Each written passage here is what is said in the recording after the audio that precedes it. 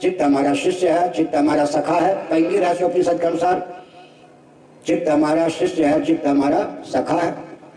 सखा है या नहीं, शिष्य है या नहीं, शिष्य भी है, सखा भी है, सेवक भी है। सेवक सखा शिष्य तीनों है चित्त। नरक में भी चित्त साथ देगा। कब तक साथ देगा? जब तक विदेह मोक्ष नहीं दे देगा। चित्त का प्रयोजन भोग और अपवर्ग की सिद्धि है। भोग भोगने से जीवन की कृतार्थता होती नहीं। 10 खरब वर्ष बाद सही अपवर्ग का मार्ग तो निकालना ही पड़ेगा। अब जब चित्त अपवर्ग को दिला देगा, भोग और अपवर्ग की सिद्धि स्वयं तदंतः करणे न गृह्यते। चित्तम चिरिति जानीयात् तकार रहितम यदा तकारो विषयाभ्यास जपा रागो यथा मनौ। भगवत पाद शंकराचार्य महाभाग। चित्त का फिर क्या होगा? हमको तो विदेह केवल प्राप्त करा देगा। चरम वृत्ति जो होती है ना, आवरण भंग करती है या नहीं? फल व्याप्य न होने पर भी वृत्ति व्यापी तो ब्रह्म को मानना ही पड़ेगा ना। सूर्य की ओर दर्पण को कर दीजिए।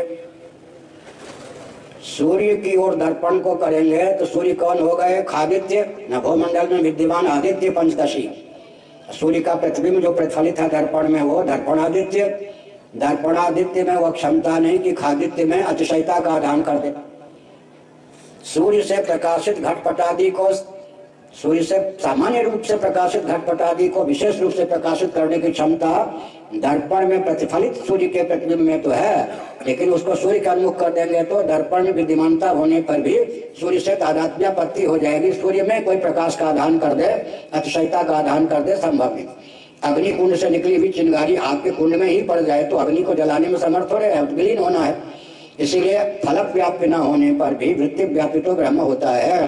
तो जब तक चरम वृत्ति के माध्यम से साधिष्ठान साभास अखंडाकाराकारिक तत्वमस्यादि महावाक्य जन्य चरम वृत्ति के वाक्य में सैकड़ों पृष्ठ का वेदांत आ गया।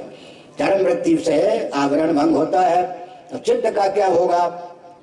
चित्त भी वही हो जाएगा जो हमें बढ़िया। ऊपर परमात्मा है, नीचे चित्त है। वासना से विरहित चित्त।